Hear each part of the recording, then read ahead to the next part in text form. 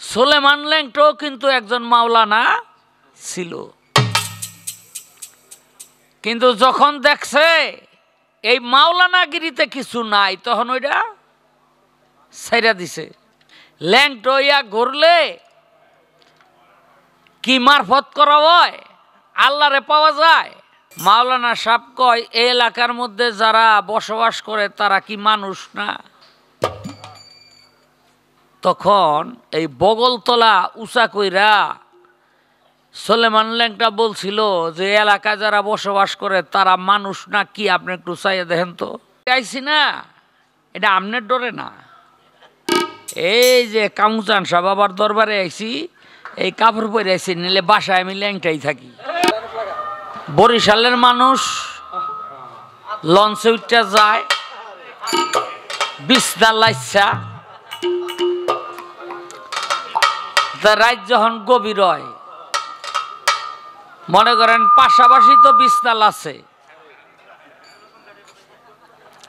হ্যাঁ, তো এরম ঘুমাইতেছে, তো একজনের উঠছে হইল গা পাশা খাজুয়ানি, আর ও যে এত খাজুয়াইতেছে, খাজুয়াইলে কিন্তু খাজুয়ানি মজে, কিন্তু অর্ডার মজতেছে না।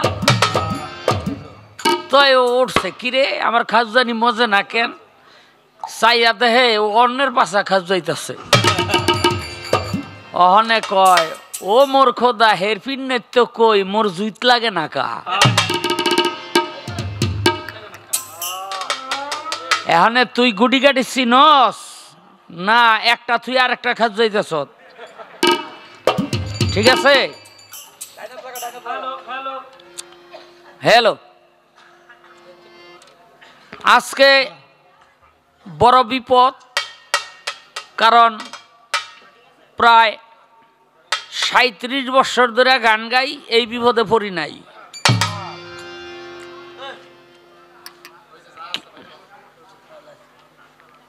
কি বিপদ? আমি বলে সব তার শরীয়তের কথা কইছি,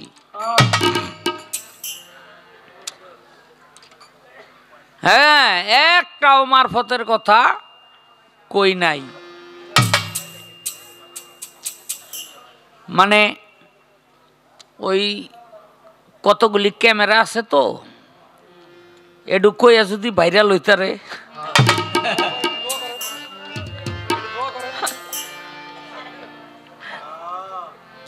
কয় ল্যাংটইয়া ঘুরলে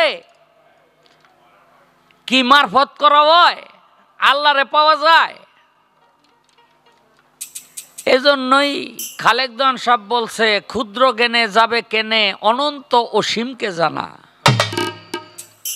হ্যাঁ, ক্ষুদ্র জ্ঞানে কখনো অনন্ত অসীম সম্পর্কে জানা যাবে না।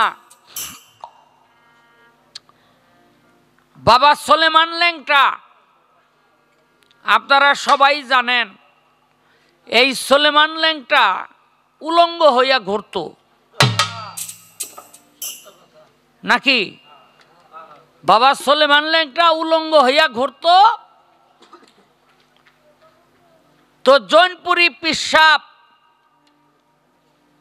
তার অনেক ভক্ত গিয়া বিচার দিল, বাবা আমগো এলাকায় একটা পীর আছে, মা বোন এটা রাস্তা দিয়ে আটতারে না, ওই বেড়ায় থাকে ল্যাংটইয়া, হাজার কইল কাপড় চোপড় পরে না, আপনারে আমরা লয়ে যাবো, আপনি একটু সায়স্তা করে আইবেন।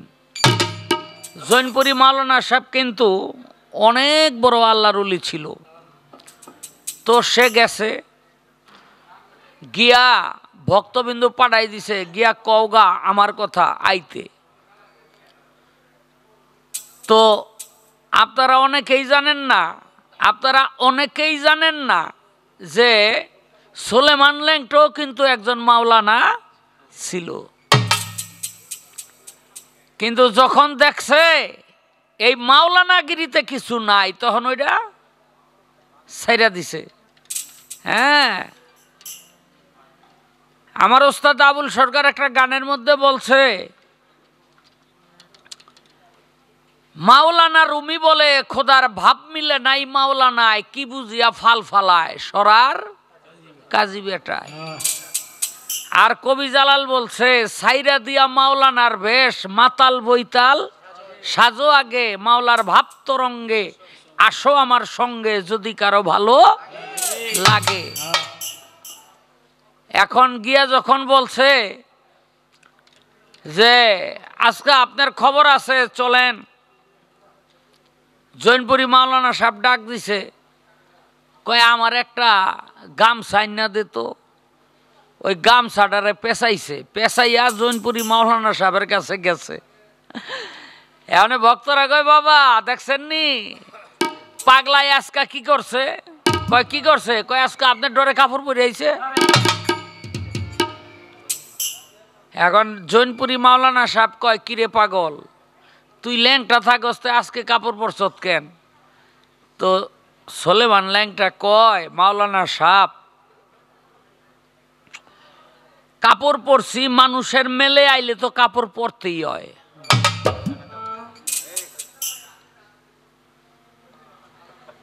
কি হয় আপনার? সারা রাইতে এক কাপ চা আম গাইনা দিলেন না?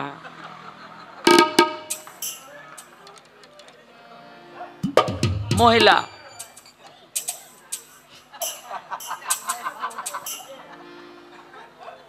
এটি কইতে যে আহে,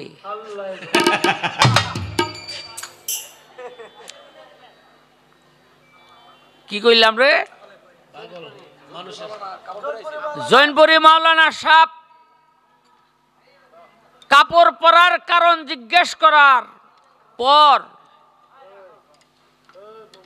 তখন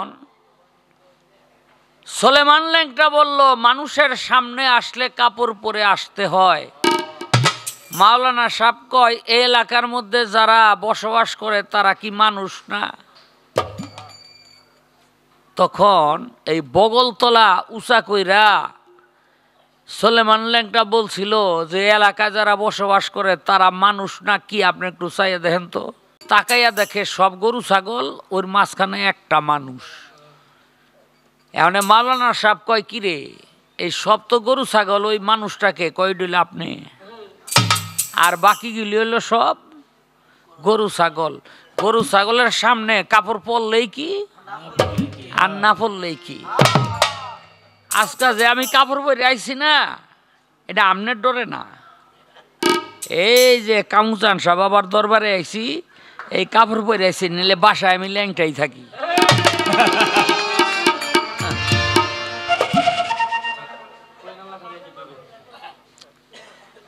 আস্তে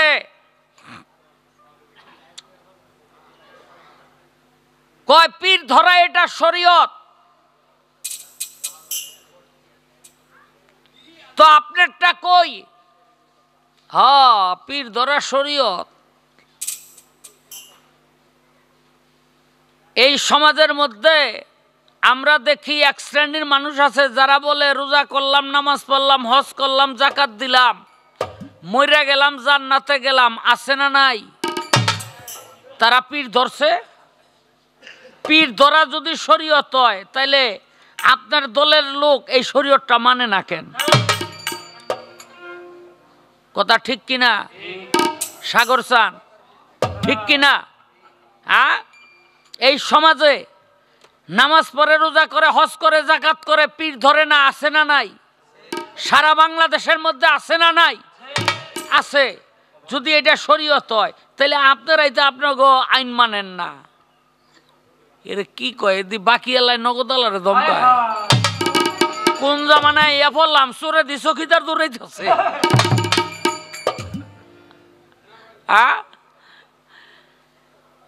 দেখেন, কয় আমি বলছিলাম নবী নামাজ পড়া শুরু করলো কত বছর বয়সে?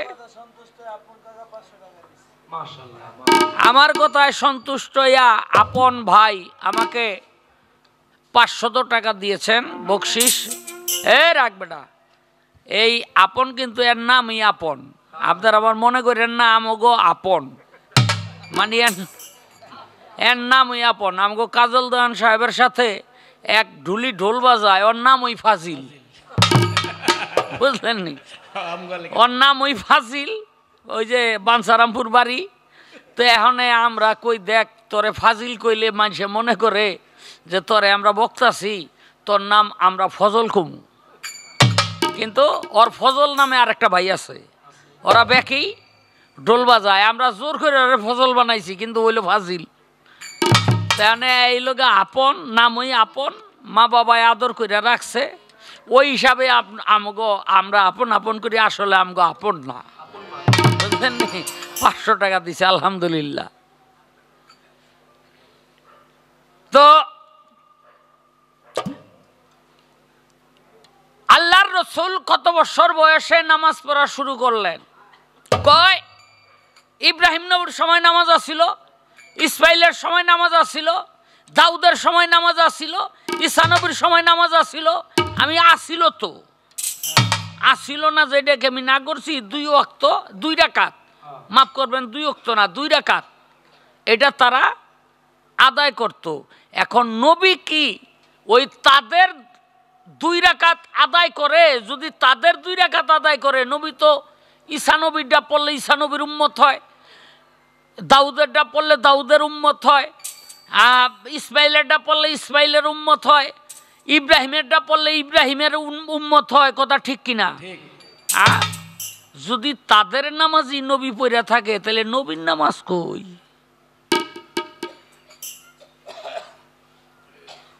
হ্যাঁ, নবীর নামাজটা কই? কথা কইতে গেলে কার লগে কথা কইতেছেন? সরকার সাহেব একটু হিসাব কইরা কইতেই হোক।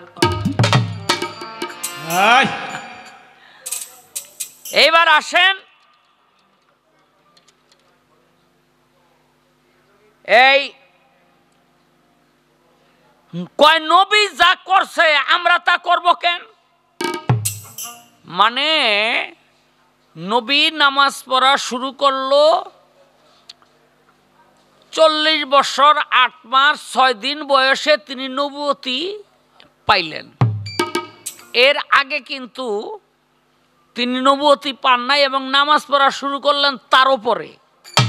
তাইলে এই যে 41-42 বছর পর্যন্ত নবী নামাজ পড়তেন না, হেরা গুহার মধ্যে শুধু আল্লাহরে ডাকতেন, ইহা ছাড়া অন্য কোনো কাজ করে নাই।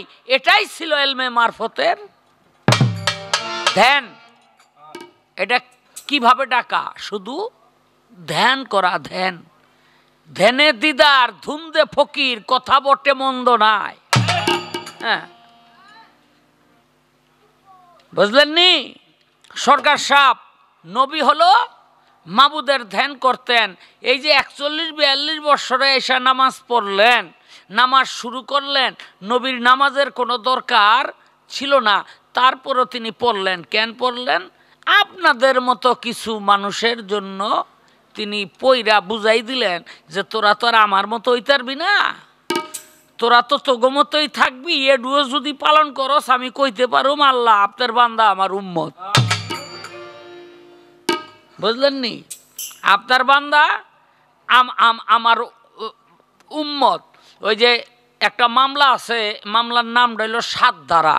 এই 7 ধারার মধ্যে হলো টাউন জামিন দেয়। টাউন জামিন হইল ওই মামলায় কেউ পড়লে আপনার এই থানায় গিয়া লিখিত দিতে হয়, সারাদিন যেহেনেই ঘুরি না কেন দিনে একবার আইসা আমি থানায় হাজিরা দিয়ে যাবো।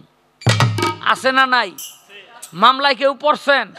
এরকম মামলায় সহজে কেউ রে ফালায় না, কিন্তু জানি না দেখেন তো দিনে একবার ওই সিগনেচারটা কইরাই আইতে হয় থানার মধ্যে।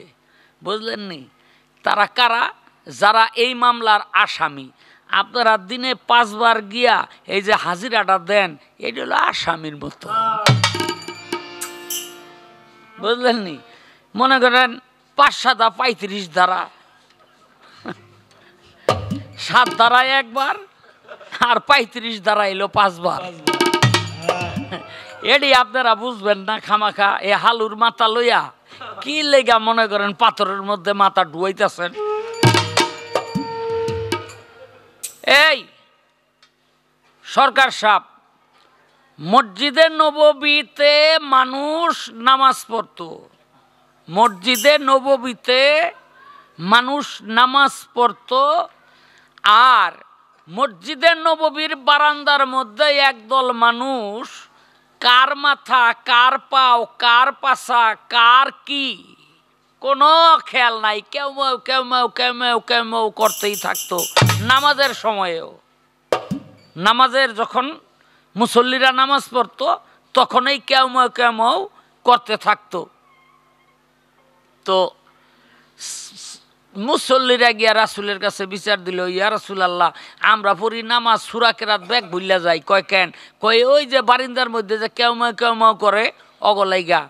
তখন আল্লাহর রসুল বলেছিল, খবরদার, এরা নামাজ পড়ে না, তোমরা নামাজ পড়ো, এদের সম্পর্কে বিন্দু মাত্র বিরূপ মন্তব্য করবা না, এদের সম্পর্কে বিন্দু মাত্র বিরূপ মন্তব্য করবা না। আচ্ছা, আপনারা তো এই রাসূলরে মানেন, রাসূলের এই কথাটা মানেননি, এখন এই পিছলাইব, বুঝলেন নি? দেখেন উঠে গেলে পিছলাইব। তাহলে আমরা হইল তারা যারা ওই মসজিদের বারান্দার মধ্যে, অর্থাৎ সোফা, আসাবে সোফা, সোফা মানে বারান্দা, যেই আসাবে সোফা থেকে আসছে সুফি শব্দ, বুঝলেন নি? আমরা হইলাম তারা। আপনি কি কন? হ্যাঁ হ্যাঁ, ওই যে একদল নামাজ পড়ে আর এক দল কেউ মেউ করে, আমরা হইলাম সেই কেউ মেউ দল। আরে কি কয়, এত একটা বোঝে আর একটা বোঝে না। ইয়েরে চিনেননি? বড় কর্তা, বড় কর্তা রে, বড় কর্তা কেডা? শয়তান, শয়তান, বুঝলেন নি? এই বড় কর্তা মসজিদে নববীতে গিয়া এক পাও ভিতরে দেয় আবার টান্দা লইয়া এব, এক পাও ভিতরে দেয় আবার টান্দা লইয়া এবরে। আমার নবী কয়, কেউ মুসল্লি ভিতরে ঢোকো না কেন, নামাজ পড়বা? কয় না, নামাজে বিঘ্ন ঘটামু। কয় তুমি কেডা? কয় আমারে হুজুর চিনেন নাই, আমার নাম আজাজিল। আপনারা শয়তান কন। কয় তুই মসজিদে ঢুকতেছ কেন? হ্যাঁ? কয় যারা নামাজ পড়তেছে অগ ধোকা দেওয়ার জন্য, অগ নামাজ নষ্ট করার জন্য। আমার নবী কয়, এই নামাজ নষ্ট করার জন্য তো তোর একটা ছেলে আছে, সেই তো নামাজ নষ্ট করার জন্য মসজিদে মসজিদে ঘুরে বেড়ায়। কয় তাইলে তুই আজকাল নিজে আইছত কেন? কয় নিজে আইছি, কারণ আছে, আমার পোলা এই মসজিদে পাঠাইলে, এই মসজিদে নামাজ নষ্ট করার জন্য পাঠাইলে মরেও যাইতে পারে, এই জন্য আমি নিজে আইছি। সরকার সাহেব, আপনি কইবেন তো নামাজের মধ্যে শয়তানের কোন পোলাটা গিয়া মানুষ মুসল্লির নামাজ নষ্ট করে? আমার নবী কয় তাহলে ভিতরে ঢুকস থাকেন। কয় ঢুকি না, ওই যে ঘুমাইয়া রয়েছে ওই বেটার লাইগা। কয় হেটা কে? কয় চাইয়া দেখেন না, চাইয়া দেয় হযরত আলী ঘুমাহে। হ্যাঁ, মসজিদের এক কোটা দিয়া ঘুমাইয়া রয়েছে। আমার নবী কয় যারা নামাজ পড়বো তাগো ধোকা দিতে চাস, আর যে ঘুমাইয়া রয়েছে তারে ভয় পাস, কারণ কি? কয় নবী গো, এলো মারফতের চেরাক, এর সামনে যদি পড়ি মাইরেও হালাইতারে, মাইরেও হালাইতারে। কয় তুই মুসল্লি ডরাস না, আলী রে ডরাস? কয় এই জন্যই তো ডরাই। এই মুসল্লি ও আমি মনে করেন পলকে কিক মারি, বুঝলেন নি? পলকে কিক মেরা ফালাই দেয়, কিন্তু হেরে ডরাইতে হয়। আমরা হইলাম ওই গ্রুপ। সূরা মাউনটা পড়েন নাই? দুজক হইব কার? মুসল্লি গো। কি হে সরকার সাহেব কইয়েন, সূরা মাউনের মধ্যে কাগজ দুজকে যাওয়ানোর কথা আল্লাহ কইছে। কি আমাকে ফকির গো মারফত যারা করে হ্যাঁ গো? হ্যাঁ, ফাইল মুসাল্লিন, এই এগুলি রে জাহান নামে যাওয়ানোর কথা কইছে। চেহারাটা বাইর করেন, দেন দেন জাহান নামীগুলিরে দেন। আমার কথা কয় নাই, আমার কথা কয় নাই, আমার কথা কয় নাই। তাইলে নবী যা করছে আমরা তা করুম না, তাইলে নবী তো 42 বছরে গিয়া 40 বছরের পরে গিয়া নামাজ পড়ছে, তো আপনারা আগে পড়েন কেন? তার মানে নবী যা করছে আমরা করুম না। নবী 40 বছরের পরে গিয়া নামাজ পড়ছে, আমরা 40 বছরের পরে গিয়া নামাজ পড়ুম না, আগেই পড়ুম। মোল্লা সাহেব, তো নবী দাড়ি রাখছে, আপনি দাড়ি রাখেন কে? নবী জুব্বা পরছে, আপনি জুব্বা পরেন কে? নবী টুপি মাথায় দিত, আপনি টুপি পরেন মাথায় দেন কে?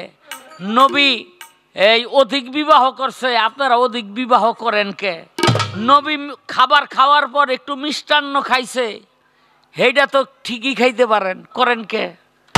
বেক কিছু দেন নবীর দোয়াই, নবী করছে আমরাও করুম, নবী করছে আমরাও খামু, নবী যা করছে আমরাও করুম। এখানে বেজুইতে হয়ে গেছে গানা সব, কিন্তু বউডা মজা। এর লেগে নবীর ওই সুন্নতটারে আটকাইয়া ধরছে, আঁকড়াইয়া ধরছে। সূরা এই নেশার মধ্যে আল্লাহ পাক বলছে, তোমরা 1, 2 প্রয়োজন মতো 4টি পর্যন্ত বিবাহ করিতে পারো, 4 জন বিবি মানে একসাথে রাখতে পারবা। এই যে হালারা ঠিকই ধরছে,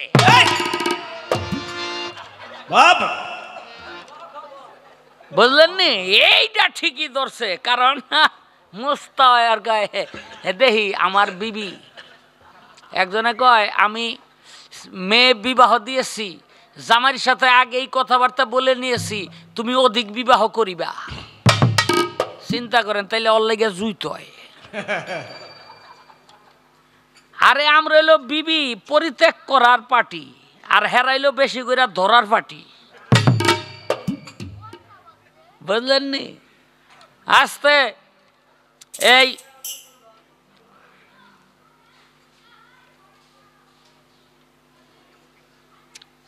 কয় আপনার চেহারার দিকে তাকাইয়া দেখলাম আল্লাহর চেহারার সাথে কোনো মিল নাই। আর হ্যাঁ, কয় কি? মুসা নবী কইছিল লান্তারানি রাব্বিয়ান্নি, মাফ করবেন, রাব্বিয়ান্নি মানে আল্লাহ আপনার সুরত দেখতে চাই। আল্লাহ বলে লান্তারানি, আমার কোনো সুরত নাই। তখন মুসা নবী জোর করাতে আল্লাহ বললেন, হে মুসা, আমি আমার সুরতের প্রতিবিম্ব কিঞ্চিত মাত্র আমি ওই খেজুর বৃক্ষের উপরে নিক্ষেপ করব, তুমি তাকাইয়া দেখো। যখন সুরতের প্রতিবিম্ব নিক্ষেপ করছে, ওই পাহাড় পর্যন্ত জ্বলিয়া ছাই হয়ে গেছে। মুসা নবী বেহুশ। যখন মুসা নবী বেহুশ হয়ে গেল, হুশ পাইল, হুশ পাইয়া দেখে পাহাড় পর্যন্ত জ্বলে ছাই হয়ে গেছে। যখন পাহাড় পর্যন্ত জ্বলে ছাই হয়ে গেল, তখন মুসার আর বুঝতে বাকি রইল না যে এই কাজ মাবুদের রূপের প্রতিবিম্ব ছাড়া করা সম্ভব না। আচ্ছা, এটা হইল শরীয়তের কথা। আর মারফতে কি কয় জানেন? একটা মানুষ আল্লাহ আল্লাহ করতে করতে করতে করতে মাবুদের জাতের সাথে মিশে যায়। যখন মাবুদের জাতের সাথে মিশে যায়, তখন মাবুদ আর ওই বান্দা, বান্দা আর মাবুদ 2 থাকে না, হয়ে যায় 1। 2 থাকে না, হয়ে যায় 1। তখন তার মধ্যে আর মাবুদের মধ্যে কোনো পার্থক্য থাকে না। শাস্ত্রে বলে তারপরেও 2টা জিনিস তার অতিক্রম করতে হয় ওই ব্যক্তির। সেটি হলো মাবুদের রঙে নিজেকে রঞ্জিত করতে হয় এবং মাবুদের চরিত্রে নিজের চরিত্রকে রূপায়ণ করতে হয়। তখন তার সঙ্গে আর মাবুদের সঙ্গে কোনো অমিল থাকে না। যেমন মনে করেন চিনির গুঁড়া, ওইটা গোয়া চাটলো মিঠা পাইবেন, পাও চাটলো মিঠা পাইবেন। চিনির গুঁড়া মেলায় মেলায় বেছে দেন না, হ্যাঁ? তখন ওই ব্যক্তি হয়ে যায় চিনির ঘোড়া। অর্থাৎ মাবুদের রঙে রঞ্জিত হয়ে গেলে তখন তার অস্তিত্ব আর তার মধ্যে থাকে না। এটা বড় কঠিন স্তর, কঠিন বিষয়। এই জন্য আল্লাহ পাক বলে সূরা হাদিসে কুদসি, মাফ করবেন, হাদিসে কুদসি পড়ে দেখবেন আমার রাসূল করিম সাল্লাল্লাহু আলাইহি ওয়াসাল্লামের কাছে আল্লাহ পাক বলছে, হে দোস্ত আপনি বলে দিন, যখন আমার বান্দা নফল ইবাদত করে ডাকতে ডাকতে ডাকতে ডাকতে আমাতে লয় হয়ে যায়, তখন আর সে তার মধ্যে থাকে না। তার হাত হয়ে যায় আমার হাত, তার পাও হয়ে যায় আমার পাও, তার মুখ হয়ে যায় আমার মুখ, তার চেহারা হয়ে যায় আমার চেহারা। কয় আপনার চেহারার লগে আল্লাহর চেহারার লগে মিল নাই। মিল করতেই পাইবেন, আপনি তো গজার মাছ আর হইল মাছই চিনেন না। কানা রাতে গু দিলে ছাতু মনে করে আগে জিব্বাই দিয়া দেখবো, বুঝলেন নি? জিব্বাই দেওয়ার পর বুঝবো যেটা তো ছাতু না রে, গু। এটি তো হে কানার দল, এগুলি হেই কানার দল। হ্যাঁ, এই জন্য বলছে, এই যদি পাইতে চাও মাবুদ মাওলা, খাও যাইয়া সেই এশকের পেয়ালা। বুঝলেন নি? আরে কি কইতাম, একটা গান গাইয়া লই। এরা তো সাগর চান, আমার কথায় বেজারন, আমার কিছু আসে আর যায় না। 1 টাকা দেন নাই, সকালবেলা যে দিবেন এই চিন্তাও করি না, যা খুশি আজকে কয়ে যাম। বুঝলেন নি? এই হ্যাগো শরীয়ত গুলি দেখেন, ওরে বাবা রে বাবা। শরীয়তের প্রথম স্তম্ভ কি? কলেমা, তাই না? কলেমাটা কি? লা ইলাহা ইল্লাল্লাহু মুহাম্মাদুর রাসূলুল্লাহ। এখন এই যে কলেমা পাঠ করলো, সে মুসলমান হয়ে গেল। ও ভাই, ৭১ সনে স্বাধীনতার যুদ্ধে যখন পাকিস্তানি মিলিটারি বাংলাদেশের বাঙালিদেরকে মারতে শুরু করলো, তখন বহু হিন্দু এই কলেমা পইরা মুখস্থ কইরা বইয়া রইল। কারণ পাকিস্তানি মিলিটারিরা ধৈর্য জিগাইতো, তুম হিন্দু হ্যায় না মুসলিম হ্যায়? এ বাচ্চা, तुम हिंदू है ना मुस्लिम है? कोई तो हम मुस्लिम है, तो कलमा बताओ। कोई ला इलाहा इल्ला अंता सुब्हानका इन्नी कुन्तु मिनाज जालिमीन। तो मिलिट्री कोई तो ये तो मुसीबत का दुआ है, कोई हम तो मुसीबत में ही पड़ता है। तो कलमा बताओ, ला इलाहा इल्लल्लाहु मुहम्मद रसूलुल्लाह। हाँ हाँ हाँ हाँ, तुम सच्चा मुस्लिम है। हाँ, तुम सच्चा मुस्लिम है, जाओ जाओ जाओ, भाग जाओ। যাই তো গা। তো মিলিটারি গো লগে একটা চিনেন না, কি নাম কি? রাজাকার। রাজাকার। এই রাজাকারে কয় কি, আপনারা তো অনেক হিন্দু ধৈর্য ছাইরা দিতেছেন, কয় কলমা কইলে সেন সারি, কলমা না কইলে তো সারি না। কয় এর মধ্যে বহুত হিন্দু হয়, কলমা মুখস্থ করতে হয়। কয় তাই আমরা বুঝতাম কেমনে? কয় কাপড়া উতরাই তৈব।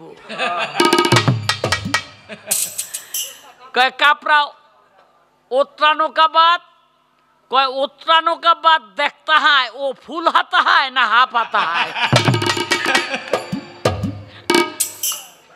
जो हाफ आता है वो मुस्लिम है, आज जो फूल आता है वो हिंदू है, मालूम है।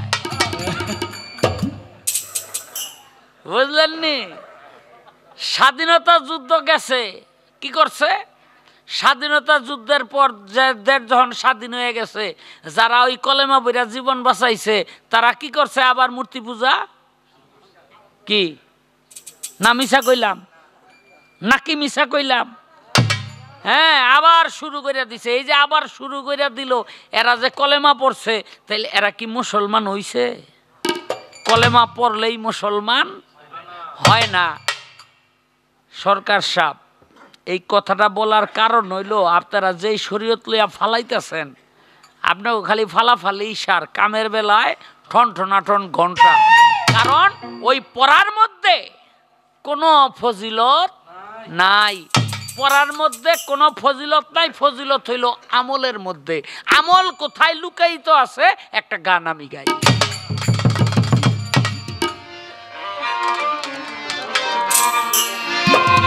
ওরে কলেমার ভেদ না জানিলে,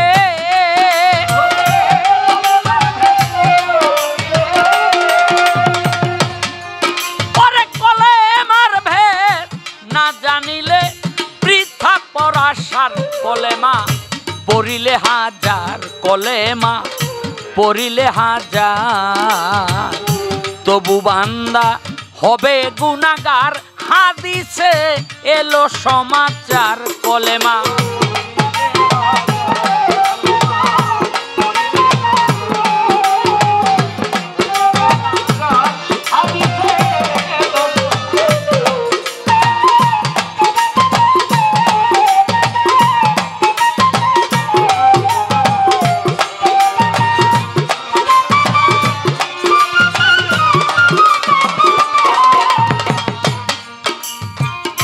কামেল পীরের সঙ্গ ধরো, মর্ম জেনে কর্ম সারো।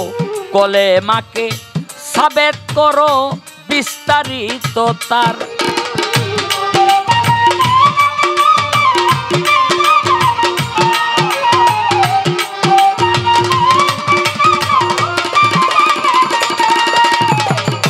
কামেল পীরের সঙ্গ ধরো, মর্ম জেনে কর্ম সারো। কলেমাকে সাবেত করো বিস্তারিত তার।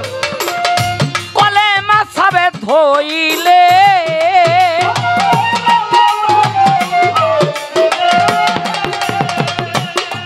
তোমার, কলেমা সাবেত হইলে খুঁজবে অন্ধকার। কলেমা পড়িলে হাজার, কলেমা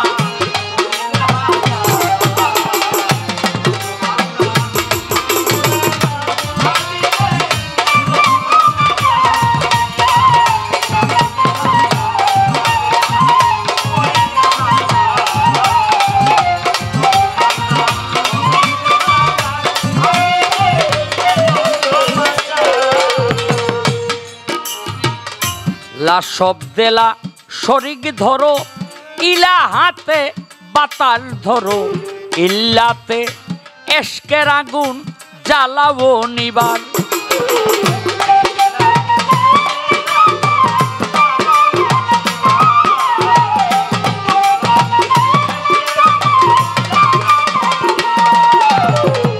লা শব্দেলা শরিক করো, ইলা হাতে বাতাল ধরো। আইল্লাতে এশকের আগুন জ্বালাবো নিবার। পরে আল্লাহ বলতে পানির মতো,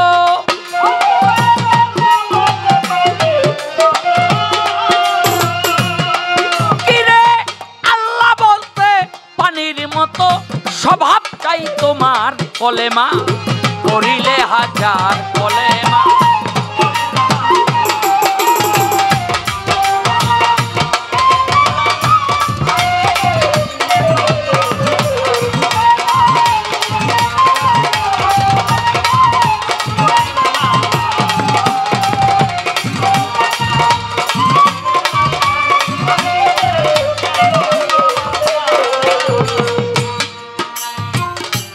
বলতে হও মাটির মতো, দয়াল নবীর অনুগত। দিবারাত্রি অবিরত থাইকো হুঁশিয়ার।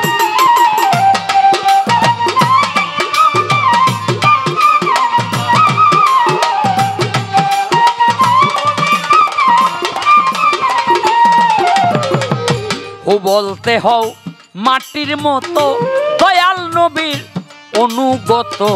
দিবারাত্রি অবিরত থাইকো হুঁশিয়ার। মুর্শিদ বিনে কেউ হবে না,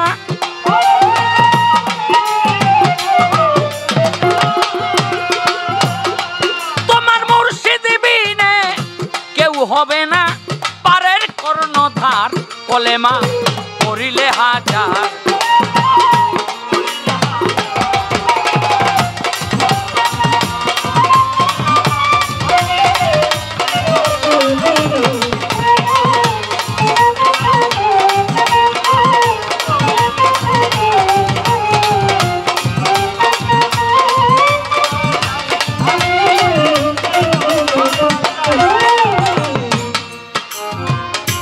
কাদির চাঁদের মুখের বাণী নিয় রজ্জব সত্য জানি নইলে বৃথা জিন্দেগানি ভূতেরও বেগার।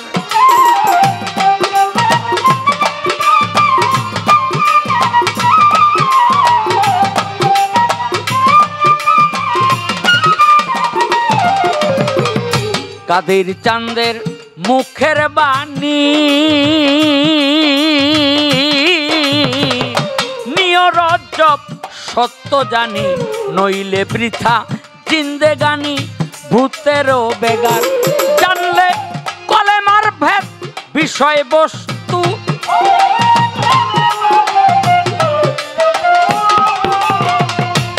জানলে কলেমার ভেদ বিষয়বস্তু মাওলাজির দিদার। কলেমা পড়িলে হাজার কলেমা